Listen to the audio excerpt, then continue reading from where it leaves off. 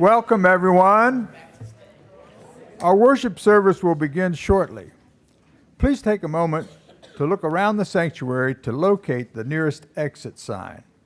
In the unlikely event of an emergency, please proceed calmly toward this exit and head toward the parking lot. If an evacuation becomes necessary, please also keep an eye out for others who may have mobility challenges or be unfamiliar with our church. Should an emergency arise while our children are upstairs, they will be escorted from the building in the company of a staff member. Our community takes care of one another. There will be a slight variation from your printed order of service, and please hold your applause this morning until after the closing song.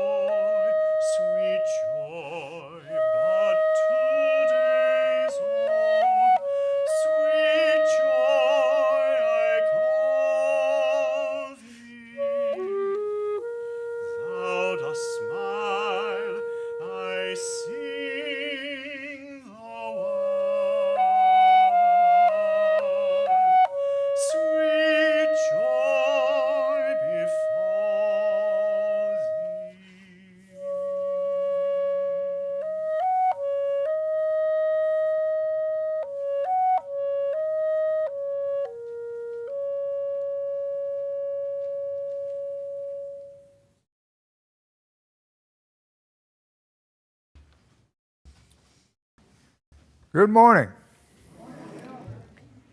My name is Bill Bestpitch, and I use he, him pronouns and take no offense at just about anything. I have the honor of being your worship associate this morning. Please take a moment to put your mind, your spirit, and your cell phones in worship mode.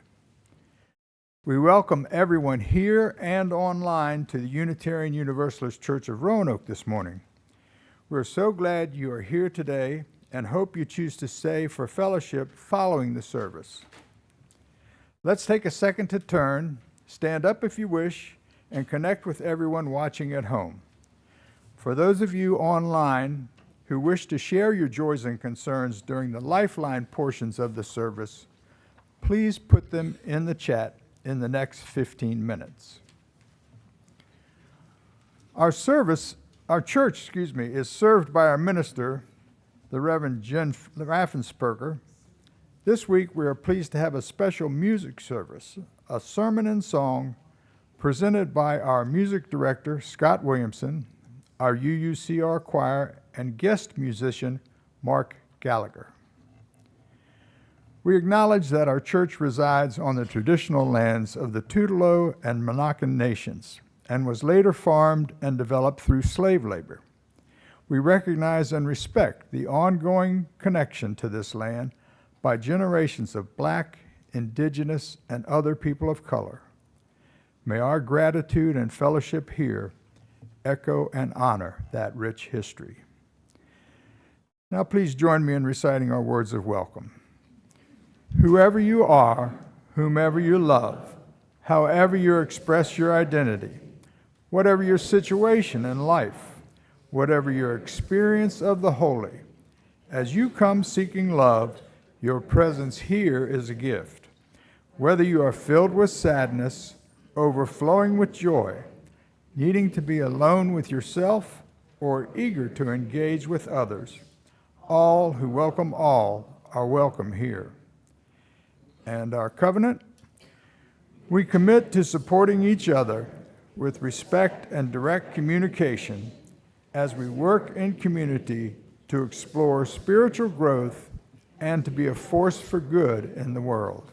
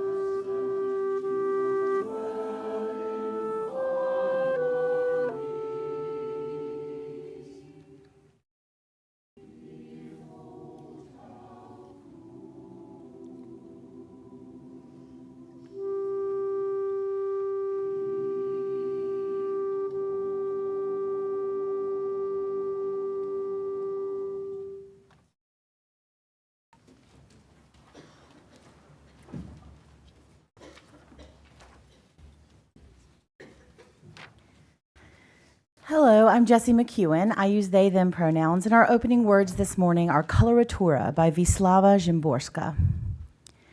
Poised beneath a twig-wigged tree, she spills her sparkling vocal powder, slippery sound slivers, silvery like spider's spittle, only louder. Oh yes, she cares, with a high C for fellow humans, you and me. For us, she'll twitter nothing bitter. She'll knit her fitter, sweeter glitter the vocal cords, mince words for us, and crumble croutons with crisp crunch, lunch for her little lambs to munch, into a cream-filled demitasse. But hark, it's dark, oh doom too soon. She's threatened by the black bassoon. It's hoarse and coarse, it's grim and gruff. It calls her dainty vocals bluff. Basso profondo, end this terror. Do, re, mi, mi, tekel, etc. You want to silence her? Abduct her to our chilly life behind the scenes? to our Siberian steppes of stopped-up sinuses, frogs in all throats, eternal hems and haws, where we, poor souls, gape soundlessly like fish? And this is what you wish? Oh, nay, though doom be nigh, she'll keep her chin and pitch up high, her fate hanging by a hair, a voice so thin it sounds like air.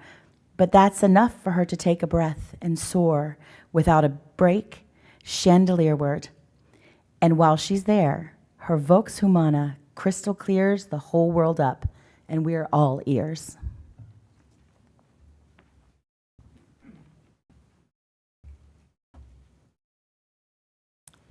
And now Teresa Poole will kindly assist me in lighting the chalice.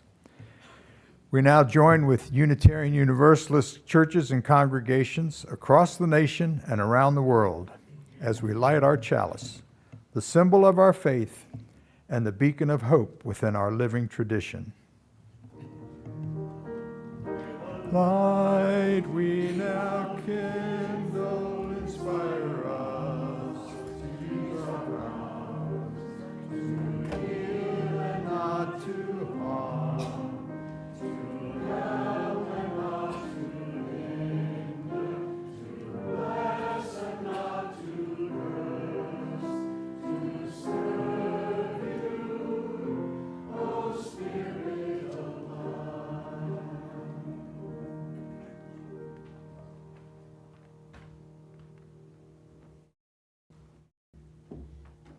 Come on up, folks who are young at heart, anyone who just wants to be close to me. As I said earlier, my name is Jessie McEwen. I use they, them pronouns, and I am the Director of Religious Education here at UUCR. And I have a question. Who remembers the very first song you ever heard? Ooh, nobody remembers it. Who remembers? Oh, you remember the very first song you ever heard? Do you want to tell us what it was? Okay. You don't have to tell us. That's the thing. Who thinks that they might remember one of the first songs they ever heard? I remember what I was told I heard by my grandparents. You think you know the first song? Do you want to tell us what it is or no? You don't know what it is. It's just somewhere in there. Probably like a kid's lullaby or something. So the first one that I think that I heard, that I've been told has been a song that has been sung for the majority of my life, was a song that my grandmother used to sing when she rocked all the kids to sleep in this creaky rocking chair. So she would rock back and forth, and you could hear the rocking chair throughout the entire very large house. And it was like, and she would pat the baby's booty as she rocked, and it was like whomp, whomp, whomp, whomp. So we've got boom, boom, whomp, whomp. And she would sing Amma. We called her Amma because my sister couldn't say gruh when she was little.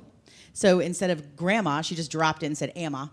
So she would sing, Amma's baby is a baby, waby. Amma's baby is a baby, waby. Amma's baby is a baby, waby now. I don't know what a baby waby is, but I know that I am one now because she told me that.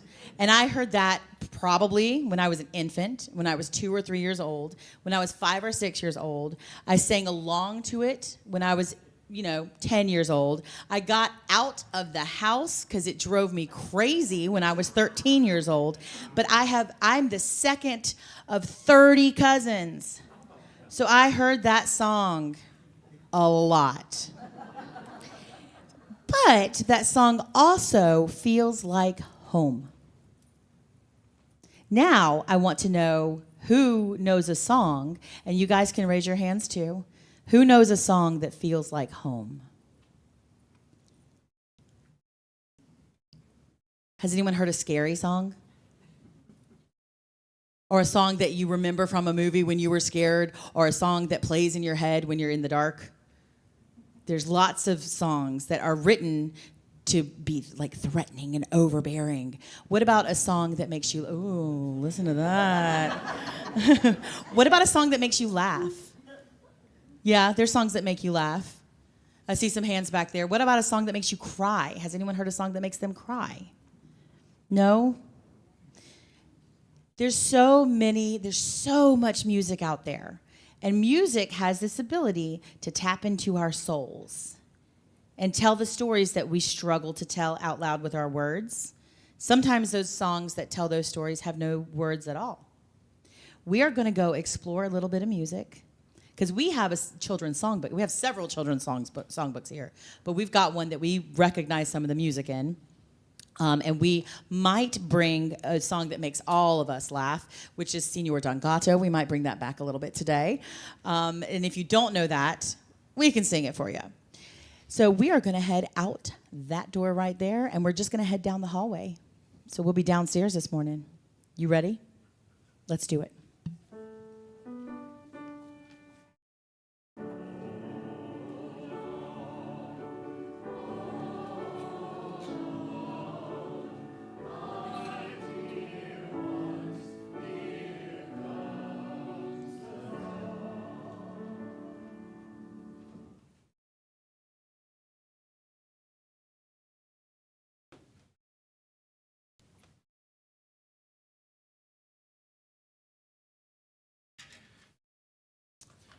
I would say that I'm excited to share some really dark poetry and music with you.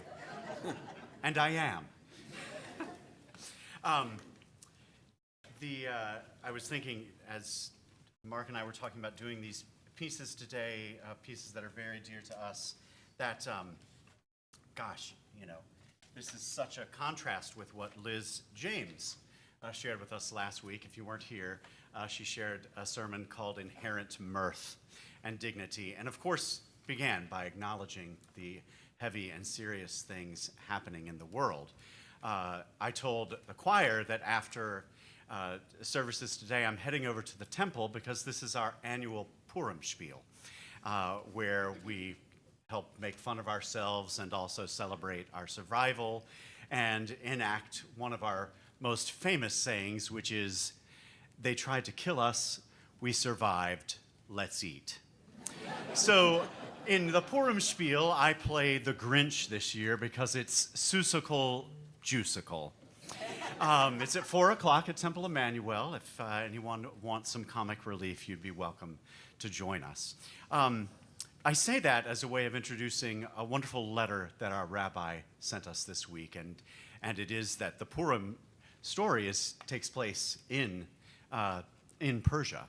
And Haman, the villain, who is the Grinch, in the original Esther story is executed. It's a story of reversals. The person who was put down is lifted up, and the person who lifted himself up is cast down.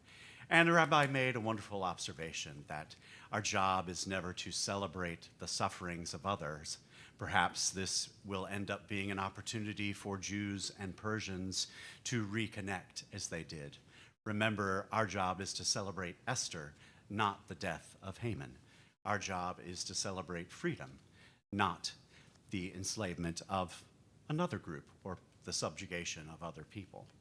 And these contraries connect directly to the William Blake songs that Mark and I will share. Betsy, if you could pull up the next slide, we have... Oh, excellent. So you can see there. I don't know if you can read the lyrics, but they're in an insert in your bulletin. I'm not going to get completely academic here, though I could.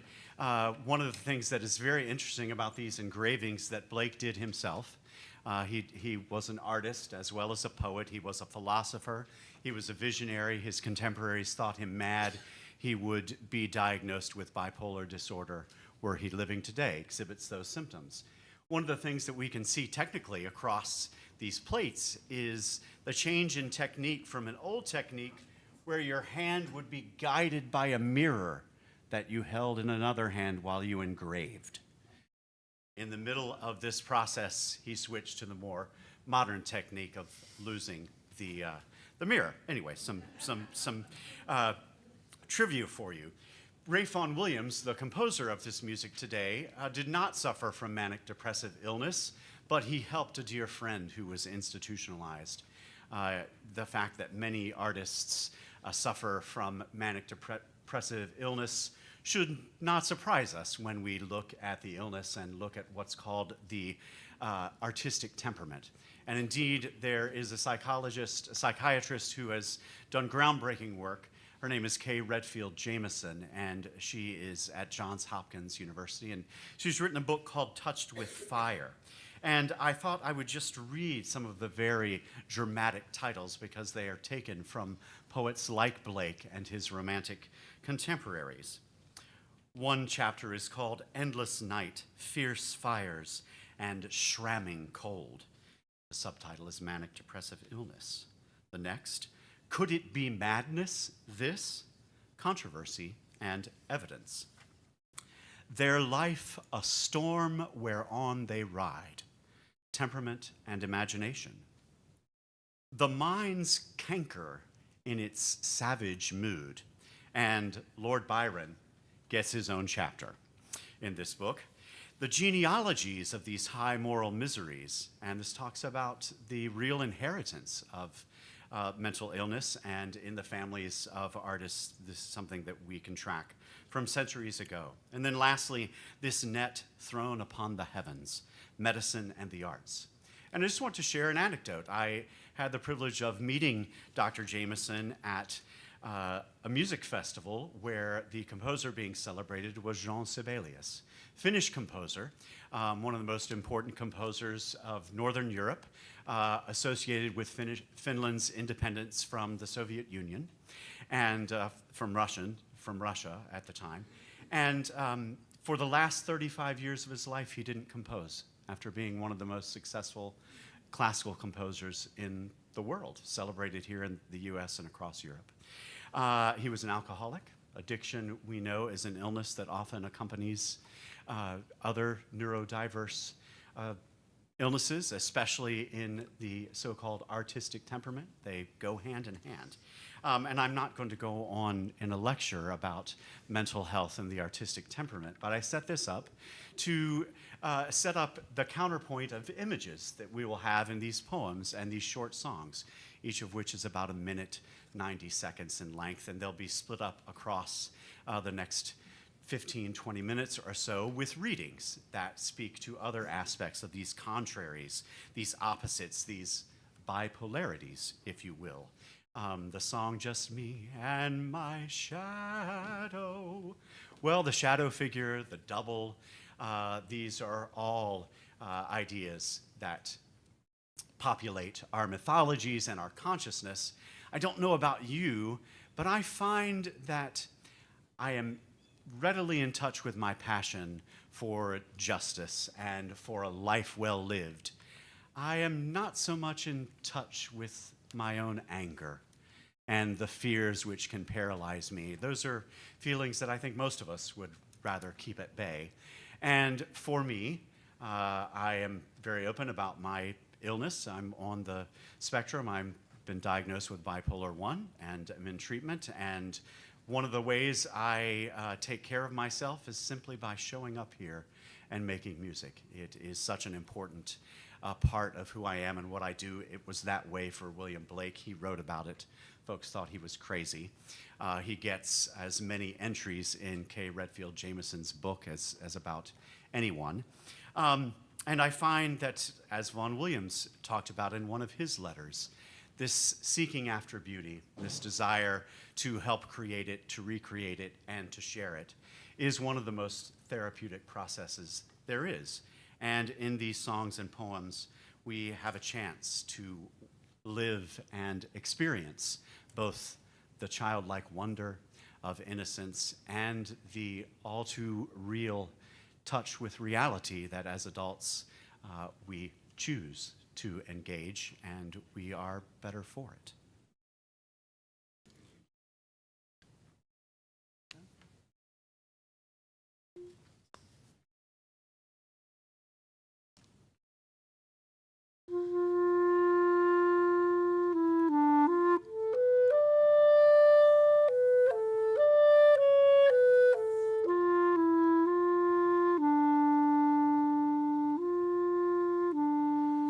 I was angry with my friend.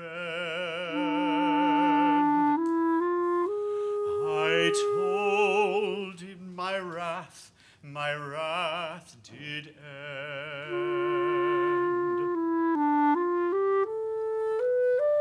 I was angry with my foe, I told it not, my wrath did grow, and I watered it in fears, night and morning with my tears, and I sunned it with smiles, and with soft deceitful wiles.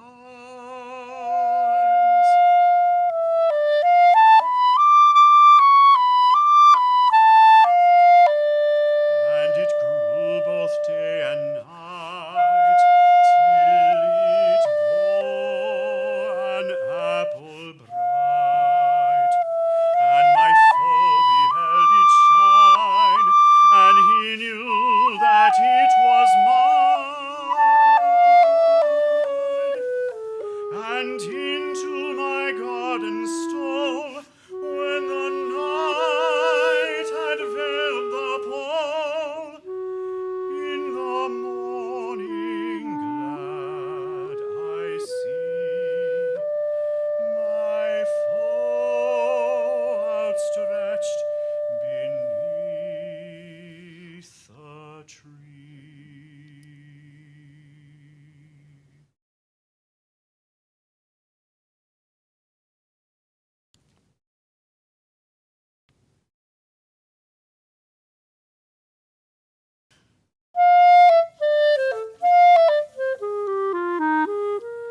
Piping down the valleys wild, piping songs of pleasant glee.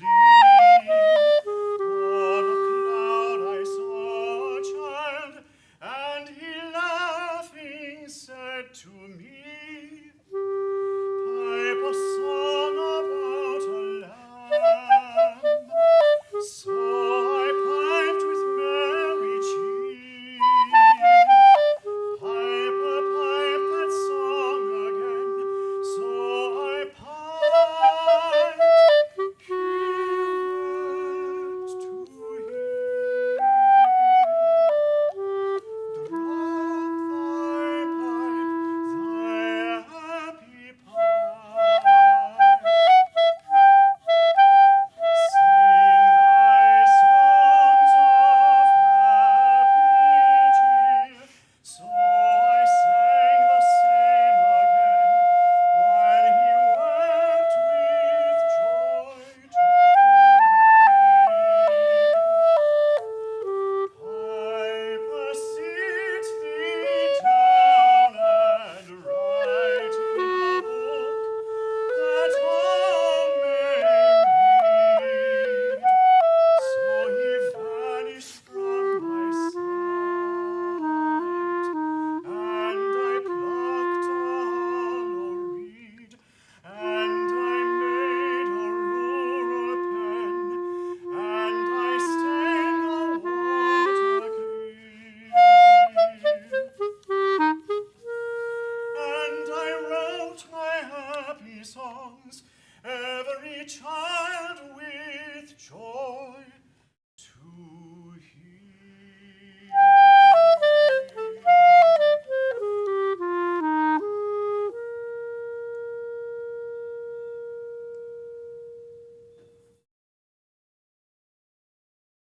I wander through each chartered street, near where the chartered Thames does flow, and mark in every face I meet marks of weakness, marks of woe, in every cry of every man, in every infant's cry of fear, in every voice, in every ban, the mind-forged manacles I hear.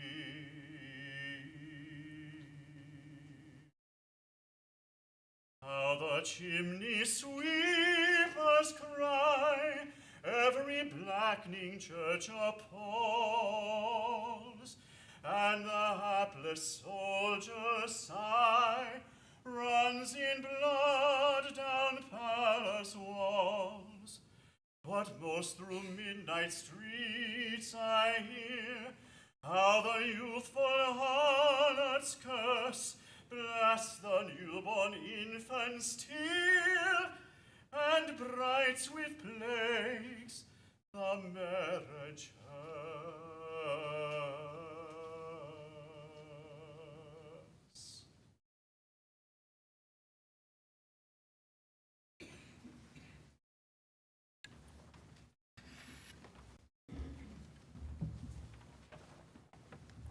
Good morning. In a theme of dark and light, I get to take you to the dark place. It's a poem called Women and Horses by Maxine Kumin. After Auschwitz, to write a poem is barbaric. Theodore Adorno.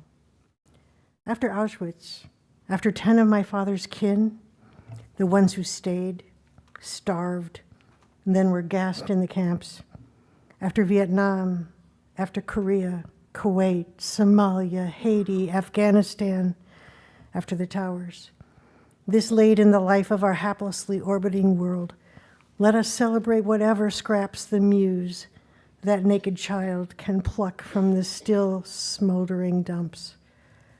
If there's a lyre around, strike it. A body, stand back, give it air. Let us have sparrows laying their eggs in bluebird boxes. Let us have bluebirds insouciantly nesting elsewhere.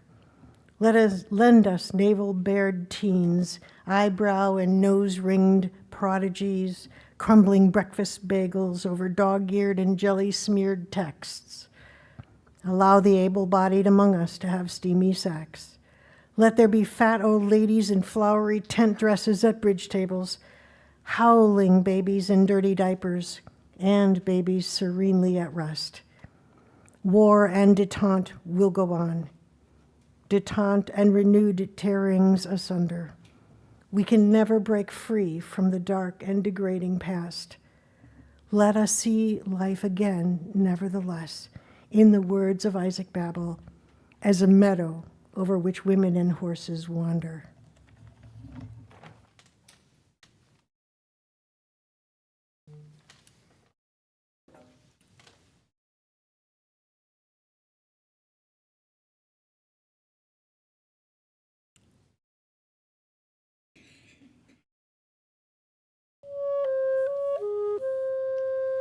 Little lamb who made thee, dost thou know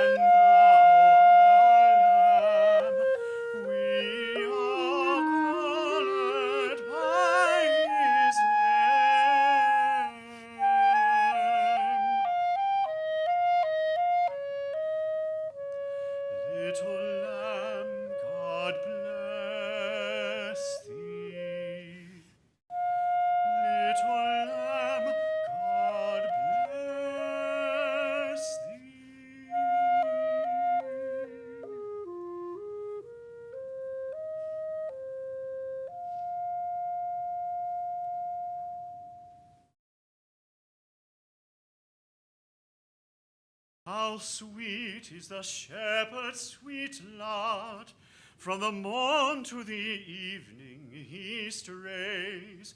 He shall follow his sheep all the day, and his tongue shall be filled with praise. For he hears the lamb's innocent call, and he hears the youth's tender reply. He is watchful while they are in peace, for they know where the shepherd is nigh.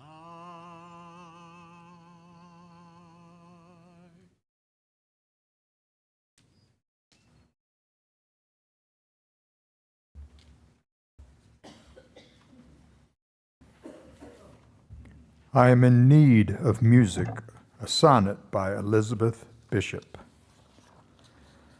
I am in need of music that would flow over my fretful, feeling fingertips, over my bitter-tainted, trembling lips, with melody deep, clear, and liquid slow.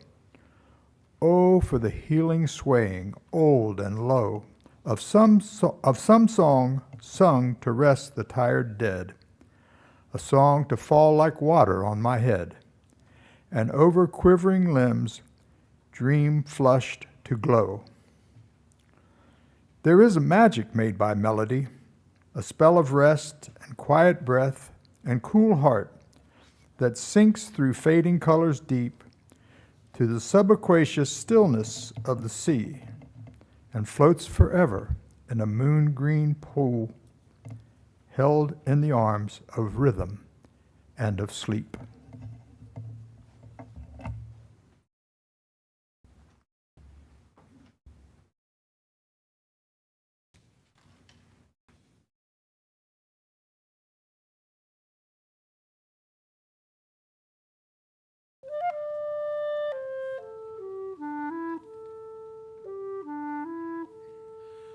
Ah, sunflower, weary of time, who countest the steps of the sun, seeking after that sweet golden clime where the traveler's journey is done.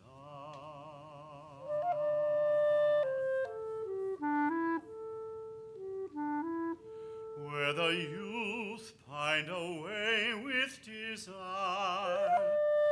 and the pale virgin shrouded in snow arise from their graves and aspire where my sunflower wishes to go.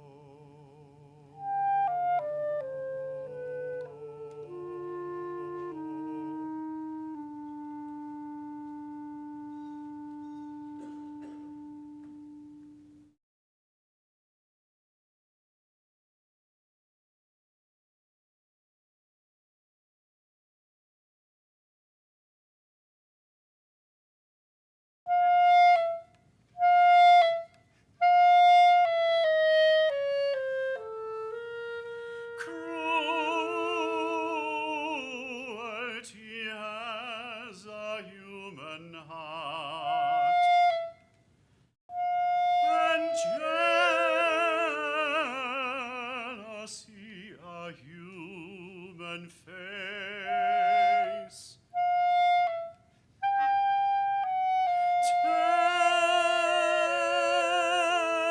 Terror, the human form divine,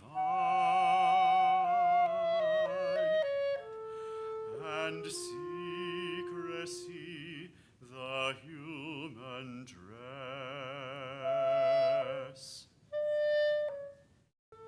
The human dress is forged iron, the human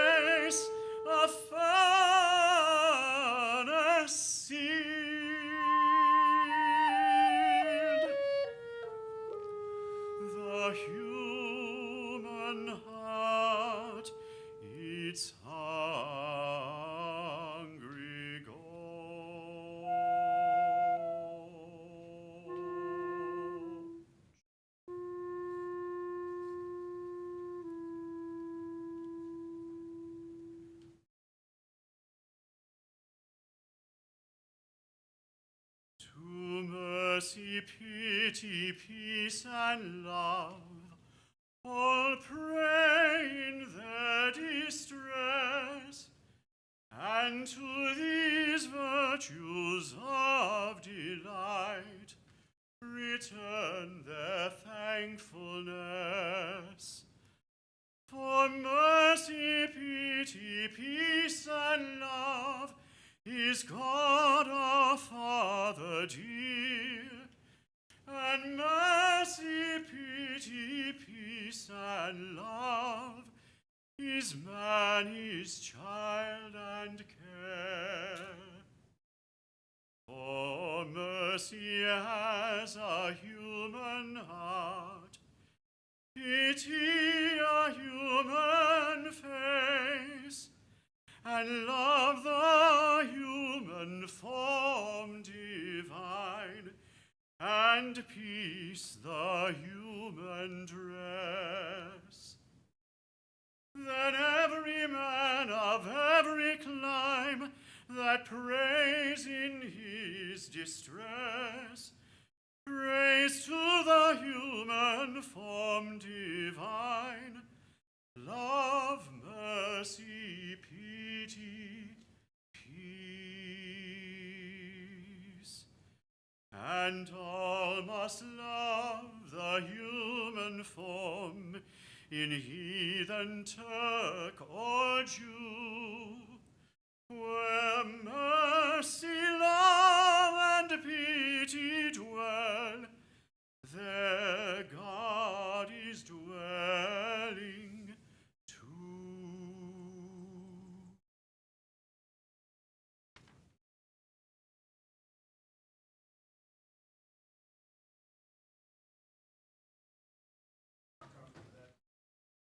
Each week when we invite you into generosity. The work of this church community is only possible with your generous contributions to our ongoing work to keep love at the center of all we do.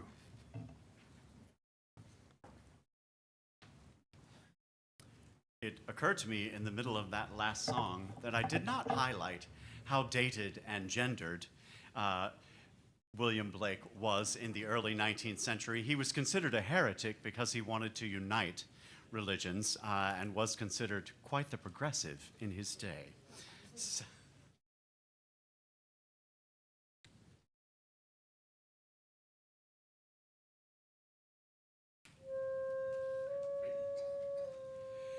He who binds to himself a joy doth a winged life destroy, but he who kisses the joy as it flies lives in eternity's sunrise.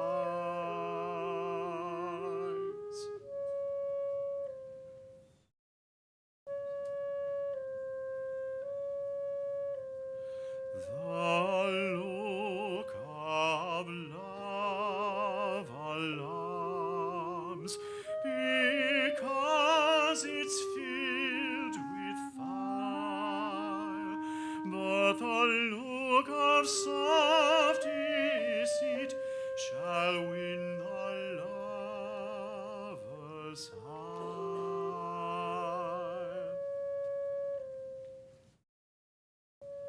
Soft deceit and idleness, these are beauty's sweetest dress.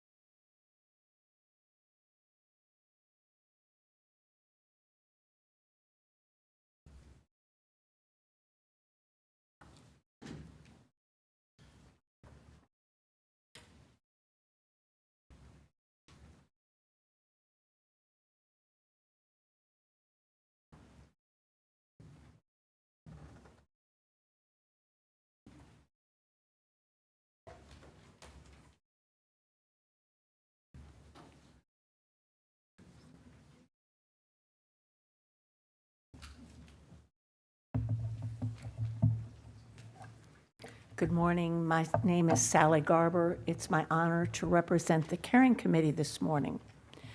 I have lots of announcements for you this morning. First of all, thanks to the generosity of the members of our congregation, our February special collection recipient, Family Promise of Greater Roanoke, will receive a check for $2,100.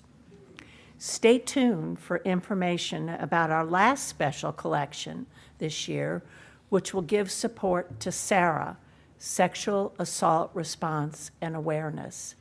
That collection will be on Sunday, March 29th, and continue through April. Walker Hartman is happy to share with the congregation the arrival of Charlotte Lee Hartman on March 3rd, 2026, in Santa Clara, California. Mom, Dad, baby, and Grampy are all doing well. Next, from Heather Mason. Gary Mason returned from Johns Hopkins in January, and he's continuing to recover. The biggest news is that he is no longer in pain, and for that, we are extremely grateful.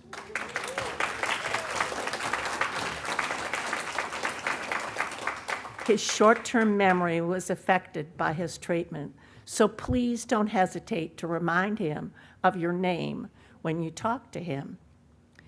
Thank you all so much for all the support on this 2-year journey toward healing. And the greatest joy is that Gary and Heather are with us here this morning.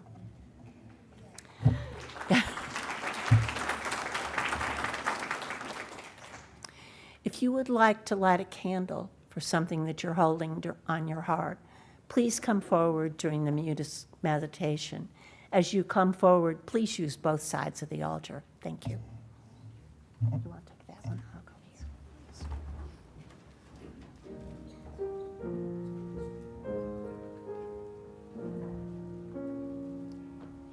Every night and every morn, some to misery are born. Every morn and every night, some are born to sweet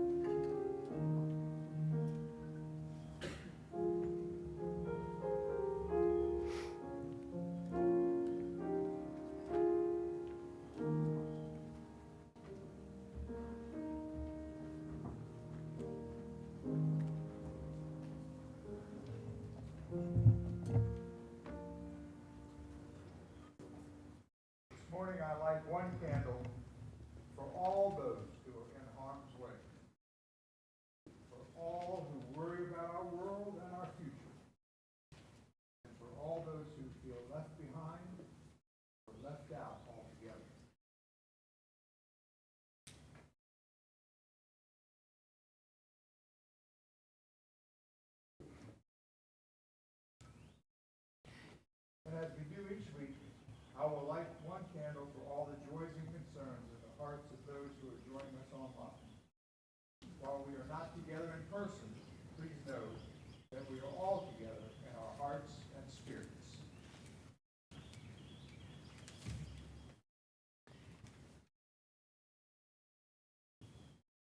May our prayers be heard and our hearts be restored.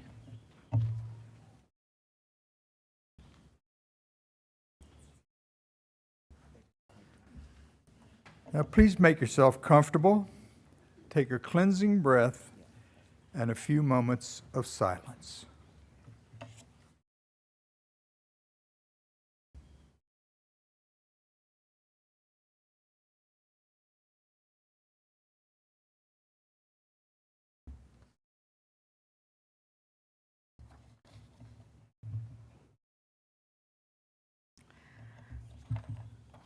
Hope by Liesl Mueller. It hovers in dark corners before the lights are turned on. It shakes sleep from its eyes and drops from mushroom gills. It explodes in the starry heads of dandelions turned sages. It sticks to the wings of green angels that sail from the tops of maples. It sprouts with each occluded eye of the many-eyed potato. It lives in each earthworm segment, surviving cruelty. It is the motion that runs the tail of the dog. It is the mouth that inflates the lungs of the child that has just been born. It is the singular gift we cannot destroy in ourselves, the argument that refutes death, the genius that invents the future, all we know of God. It is the serum which makes us swear not to betray one another. It is in this poem trying to sing.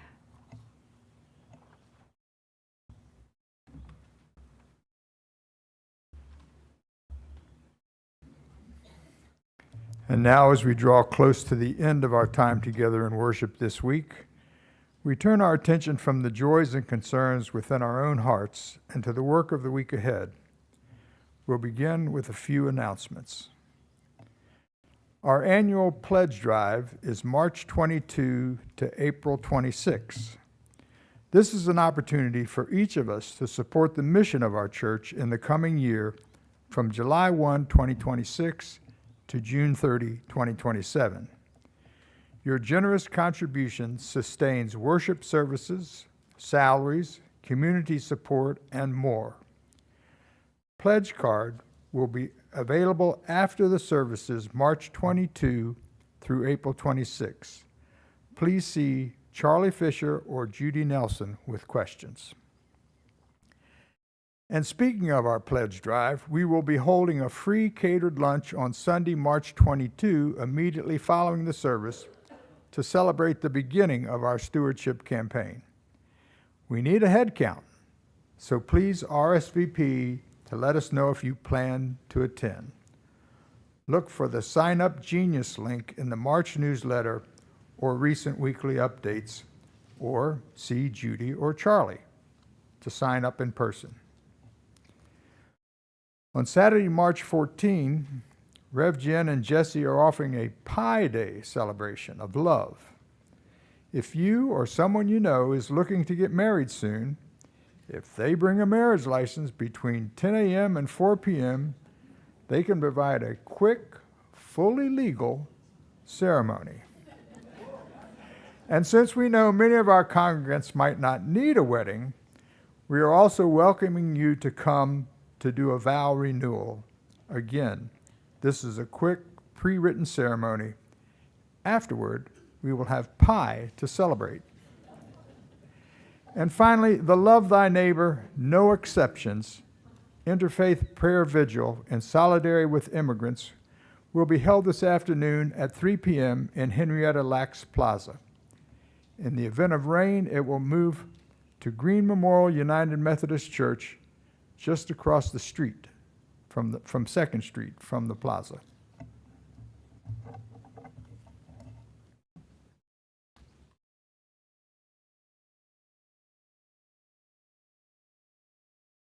going to read it from right here. Thank you for your support and being with us this day. I hope you have sensed how we continue to be uplifting as we move through these contraries of innocence and experience. And this is one of my favorite poems about music and voice. It is not about opera per se. It's called About Opera by William Meredith. It's not the tunes, although as I get older, arias are what I hum and whistle. It's not the plots. They continue to bewilder in the tongue I speak and in several that I wrestle. An image of articulateness is what it is. Isn't this how we've always longed to talk?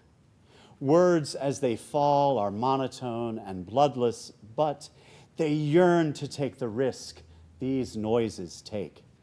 What dancing is to the slightly spastic way most of us teeter through our bodily life are these measured cries to the clumsy things we say in the heart's duresses on the heart's behalf. So, let our day and our night be filled with music. Thank you, Mark Gallagher. If you would like to applaud after this song, you may, and if you don't, I guess, well, we'll get that message for next time.